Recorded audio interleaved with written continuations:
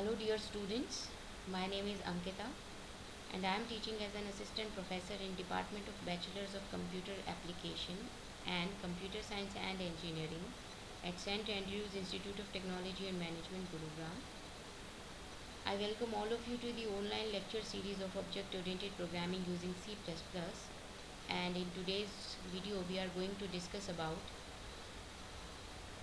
assignment operators, their usage, how the assignment operators are different from copy constructor, and in the last we will discuss about this pointer.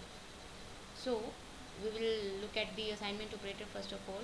The equal to sign is used to denote as the assignment operator. This is the operator which assigns the value to a variable, and the left hand side of the operand of this operator is a variable basically, and the right hand side is always a value, as you can see in the below in the following statements which I have selected. So the value on the right hand side must be of the same data type of the variable on the right hand side of the on the left hand side, otherwise compiler may raise an issue or error, because all the time compiler may not be able to do implicit conversion as well. So whatever you are writing on the right hand side of your operator, that should be of same type of which type you are taking the left hand variable. Okay, so following are the different methods of using, or you can say the way we can use the assignment operator. First one is plus and equal to. This operator is the combination of summation, plus sign, and the operator, and this operator first adds the current value to the variable on the left hand side of the value on the right hand side, and then assigns the result to the variable on the left. So you can consider this expression a plus equal to 6, which says a is equal to a plus 6. Okay, so whatever value a is having, that will be added to the 6. Okay, so if a is equal to 5 here, then if I write this statement, this simply implies a is equal to a plus 6. The another method is simply, instead of plus sign, you can use multiplication sign as well. Multiplication sign will multiply the values with the variable which you have written here, for example this one, and you can replace this expression with simply this expression, a multiplication sign is equal to b. In similarly, you can use the division operator as well. You can write this statement as this also, or if initially value, whatever value you store initially, that will be overwritten. Like if you have a is equal to 5 here, for example, if you have a is equal to 5 here, then this statement, after executing this expression, it will generate or consider b is equal to 3. So this statement will divide 5 with 3, so whatever result will be there, it simply says that it will divide and assign the value, or whatever result will come, that will assign it to a only. Okay, so assignment operator have various different names as well, or you can say when we are using assignment operator in different expressions, they become chained assignment, embedded assignment, and compound assignment. And how do we write such expressions? Consider this statement you have written here, x is equal to, this statement says you are assigning same value to x and y both, so you can write this as well as like this statement. So first 10 is assigned to the value y, and then it will be assigned to x. This is a change statement which cannot be used to initialize variables at the time of the declaration. When you are declaring them, you cannot use change. For example, if I am writing int here and then I'm using the change assignment, this will not work. Either you should declare x in first statement and then you can write this statement also, or first of all you have to declare x and y both, and then you can use change assignment. Okay, so similarly the same example also given here. You cannot assign this. This compiler will consider is it as illegal, or will produce the wrong answer. And the second one is embedded assignment. For example, we have x is equal to 50, and in the next statement we write x is equal to y plus 10. So this is the example of embedded assignment. X is equal to embedded assignment when an expression have another assignment.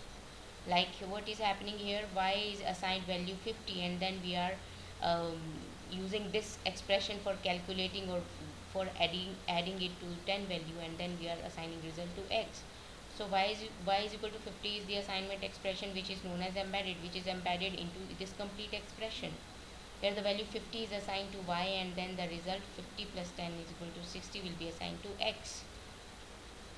So the third type of expression we can use is known as compound assignment. Like C and C++, they support, both of these languages support compound assignment operator, which is a combination of assignment operator with the binary arithmetic operators like addition, subtraction, which we have seen in the previous slides. So x is equal to x plus 10 we have, that can be written as x plus equal to 10. We have seen above in the previous slides also. This is known as the compound assignment, where or you can say the compound assignment expressions are those expressions where assignment operators are compound or connected with some other operators also. So this is the operator which is known as assignment operator, or you can say the shorthand assignment operator. The journal form of the compound operator is like this: variable operator plus, this is the syntax in one way you can say. So this is also same. You can replace, or this syntax says that this is the value, this one.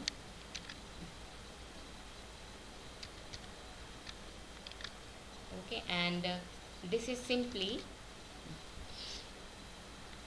x is equal to x plus 10. Okay, so these are the syntax, and those are the proper example of such statements. So next comes the assignment operator. See, assignment operator always assigns the value whatever you have written on the right hand side or the left hand side operator. So this is just a matter of values, whatever you are writing on the right hand side or the left hand side. Assignment operator just assigns value what you have written on the right hand side, and it assigns that value to the left hand side. So in one sense, compiler copy constructor also copies values of one object into another object. So if you remember that for calling copy constructor also, we used to use assignment operator. For example, sample is a class, and obj1, if I am writing obj2, ob2 is equal to ob1. If I am writing this statement, then what I am doing, I am assigning, or I am assigning, or I am initializing object 2 with the values of object 1. So here also, for to call copy constructor, I am, this particular statement calls the copy constructor. Copy constructor copies obj1 values into the obj2. So here we are also using assignment operator. So how assignment operator, basically they are different from the copy constructor. So we will see in this following table. Copy constructor is the overloaded constructor, and whereas assignment operator is a bitwise operator which have proper associativity and precedence. Copy constructor initializes new object with the existing object also. They can they generate, in one sense, they generate the new objects from the existing objects, and assignment operator simply assigns the value of one object to the another object. So copy constructor, in copy constructor we used to write ob2 is equal to ob1 if I am writing this statement. So this is just creating ob2 by using values ob1, and if I write same expression, or if I write a is equal to b, it simply b, or a is equal to 12, it simply assigns 12 value to a variable. The syntax for copy constructor is the class name, and then in the parameters in our yesterday's video we saw the copy constructor also. So the const class name ampersand object name, copy constructor always have object as argument, and whereas assignment operator has the simple syntax like we need just two operands and we have to place assignment operator in between those operands like this. Copy constructor is invoked when the new object is initialized. Copy constructor is invoked when I create any object, and ob2 is equal to, if I am writing it in this way or using assignment operator. So copy constructor gets called with this expression.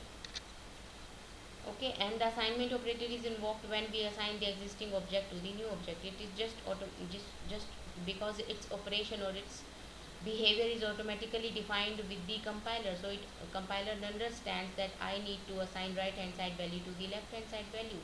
But for copy constructor we need to have special syntax to call itself, and we can replace this calling with ob2 is equal to ob1. If you remember, this particular statement is known as implicit calling of copy constructor. This statement is known as explicit calling of copy constructor. The small s will be here. Okay, the object is passed as an argument and it returns the object only, and assignment operator simply have a single equal to sign with it. And both the existing object and new object, they share different memory locations. In copy constructor they share different memory locations, as we studied in case of deep copy constructors. Both the existing in the case of assignment operator, the existing object and the new object share the same memory location. So it creates a shallow copy, this assignment operator, and this concrete copy constructor which we have with the definition, it creates a deep copy constructor. If a programmer does not define the copy constructor, the compiler will automatically generate the implicit default copy constructor. And wait, if we do not overload the plus operator, the bitwise copy will occur. If we do not overload it, if we are writing int a is equal to int b, then it is right. If we are overloading, if because plus operator cannot be overloaded. This is in the properties of assignment operator also. Assignment operator is by default overloaded with all type of numbers. So if I write object 1 is equal to object 2, it will be fine. And if I am writing a is equal to b, that which is of integer type, that will also be fine. So if we do not overload the plus operator, the bitwise copy will occur. Okay, so it works normally as its function is defined with every programming language. So next topic is this pointer. Both of these topics belongs to you unit 2nd of your BCA 4th and object oriented programming using C++ course curriculum. And the next one is this pointer. See, we know that objects are the instance of a class, and objects contain all the data members and member functions of a class. But we should also understand that it definitely have the member functions, but all the objects, if we have 2 or 3 or 5 objects in our program for a class, then all the objects will share a copy of your member functions, and in the case of data members, they have their own copies of the data members. Object gets its own copy of the data members. All access the same function definition as present in the code segment. Okay, same function definition is present. They can access all the member functions which we have defined in the class also. It means that the objects gets its own copy of the data members, and all objects share a single copy of the member functions. Then now question occurs here that how the copy of each member function exists, and how it is used to how those functions are getting accessed by different objects. Now, like if we have one copy of data of member function, so how every object, if we have 5 objects, how every object will be sharing the copy, how those member functions will be called. So How the proper data members will be accessed through those functions also, because we are writing functions to manipulate the data members which we have used in our class. So the compiler supplies an implicit pointer which is known as this pointer to each member function, and this pointer is passed as a hidden argument to all the non-static member functions. Non-static member functions are normal member functions which we write in our class, and is available as a local variable within the body of all non-static member functions. This pointer is not available in static member functions, but because they are not called with the help of any object, so they are called as they are as a normal function is called. So in case of static member functions, we do not have concept of these pointers. So for any class, for example, we have a class B, though in this pointer which will be generated implicitly will be B star, the pointer will be denoted by B star, and if the member function of B is declared as constant, then the type of this pointer becomes const B. So if the member function is constant, this pointer also becomes constant. So this pointer is basically implicit affair of class.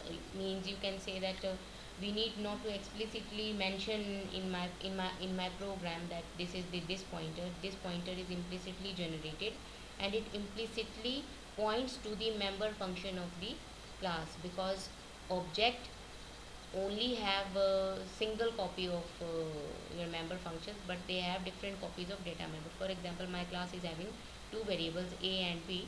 Every object will be having a and b as their own copy, but if I have some function in my class, so some function will be shared by all the objects. So at particular amount of time, if obj1 object1 is accessing the member function sum, so this pointer will point to that particular function or that particular data member which we are using for the object 1.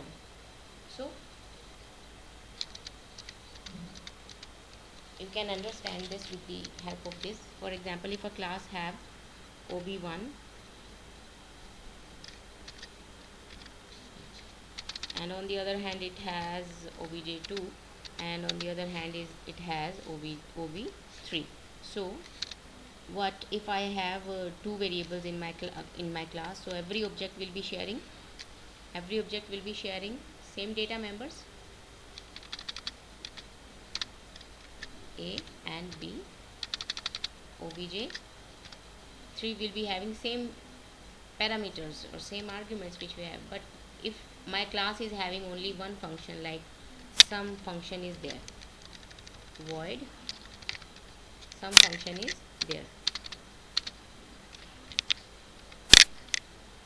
Okay, so if my class is having this function name, so all these objects do not have different copies like data members, but they share single copy of this void sum function.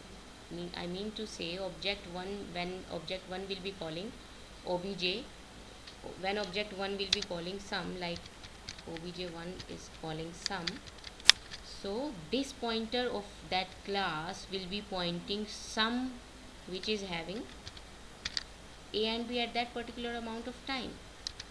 That when I'm calling this particular statement, this pointer is pointing to these ab, and when I have obj2 dot sum, so it is obviously manipulating again its own copy of data members like a comma b.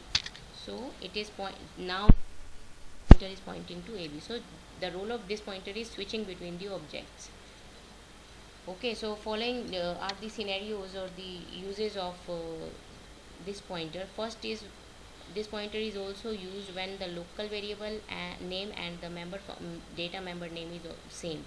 So this was the implicit working of your this pointer. But if we have certain situations like the name of the data member and the name of the local variable both are same, in that situation how this pointer will resolve the problem. So we will look this at the help of with the help of example. We have class test. Class x is the data member. Here it is the data member, and void set x this is the local member, okay, for the function set x. So here this pointer is used to retrieve the objects x hidden by the local variable. So what is happening here, local variable have highest precedence, highest priority over the data member. So by using this pointer we can call or we can fetch the data member. Here this is pointing to the data member and this is the local variable which is having in this function parameter list. So this pointer in this case is used to fetch the proper data member, because after all and at the end we need local variables are used to assign value to the data member. So what we are doing, we are actually dealing with this data member, so I need to assign value to this data member. So if a function is having its own local variable which is of same name as data members, and with the help of this pointer we can assign value to that particular data member. So we need to just write this statement, this arrow x is equal to x, this is the data, this x represents the data member and this x represents the local variable of your function. Print function simply prints it, and in main function you need not to do anything extra. We will just create the object of the test class int x. Here we have taken a runtime variable, or you can say the actual argument. This was the formal argument, this was the actual argument which we create at the runtime to pass to get passed to a function. Obj dot set x calls x, so x gets 20 value and it will be going to this x, and then this particular function will return value this x, means the data member x. So it is assigning 20 to the main data member which we have created in our class initially in the private section. So it generates output 20. The second and most important use of this pointer is to return the reference to the calling object. How we can return reference to the calling object? Consider this code of segment of code. Test is a class, and we have pass this function as a reference. We are returning the reference from this particular function. So this is the scope resolution operator. Assume that this the definition of this particular function we are writing outside the class. So complete example is here. We have int x and int y as the data members, and next we have public section. In public section I have one parameterized constructor which is having default arguments x is equal to 0 and y is equal to 0, and int x and this particular in test class and x and test function, this is not a class, this is a constructor basically. So it is also having x and y as the value 0 and 0. So this pointer, these are the data members and these are the parameters which I have taken as the constructor parameters. So this is just assignment, and we are assigning 0 0 value to the actual data members which are pointed by the by this pointer. So next, when we are returning reference from any function, set x is a function and this function is returning reference. By writing @ here, we are returning reference from this function. It is having one parameter named a. So x is equal to a. I'm assigning here x is equal to a, and we are returning this. Whatever value the x will get from the main function, x test set x function will get from the main function with the help of a, it will get assigned to the x which is a data member, and it will return this. Return this states that we are returning a reference here. We are returning reference here of the object, and object in turn contains the data member x in it. So similarly we have set y also. We have called another function y to set the value for y. Similarly it is returning the reference. So if we are passing reference as the function return type, or reference as argument, so we always get pointer in return. So void pointer is the function to print the values. Now I have created one object here, obj1 5, 5, Then the chain function calls all calls modify the same object as the same object is returned by the reference. So here you can write statement like this also. When we are returning references reference from any function, so you can write it in a chained expression like obj1 dot set x into 10 dot set y and 20. But remember that if you are not using this pointer to return the reference from the objects, and then this chained expression will get failed and compiler will not will generate an error in this expression. So if you are having this pointer which is returning as a, which is returning reference from a function, which is returning reference to a local object, so whatever functions are returning reference, you can call them in the chained manner. Excuse me. Like in this line we have written here. Okay. So in normal case, if you are not using this pointer, you cannot write such expression. And if you have this pointer which is returning reference to the local objects, then you can use this expression. So this is just calling obj1 dot printf. Print is calling just calling to display the values, and obj set x will get value 10 for x and set y will get value 20 for y. So here is the output of your program. So as far as these pointers are concerned, they first of all, in first impression, they work implicitly for the compiler. They point objects to a class, and in scenarios like where we have the same name as local variable and the data members, because data members are those members which we declared or which we define in our class, inside our class, and local variables are the properties of these functions which of the segment or the section where we are writing these local variables. So in case to resolve the same name problem of data members and local variables, you can use this pointer also to point to the current object.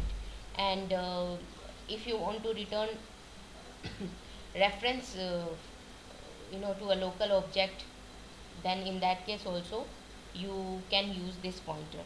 So this was all for the today's video, and I hope everyone was clear. And if still not clear, I would recommend to go again with this video. Thank you so much.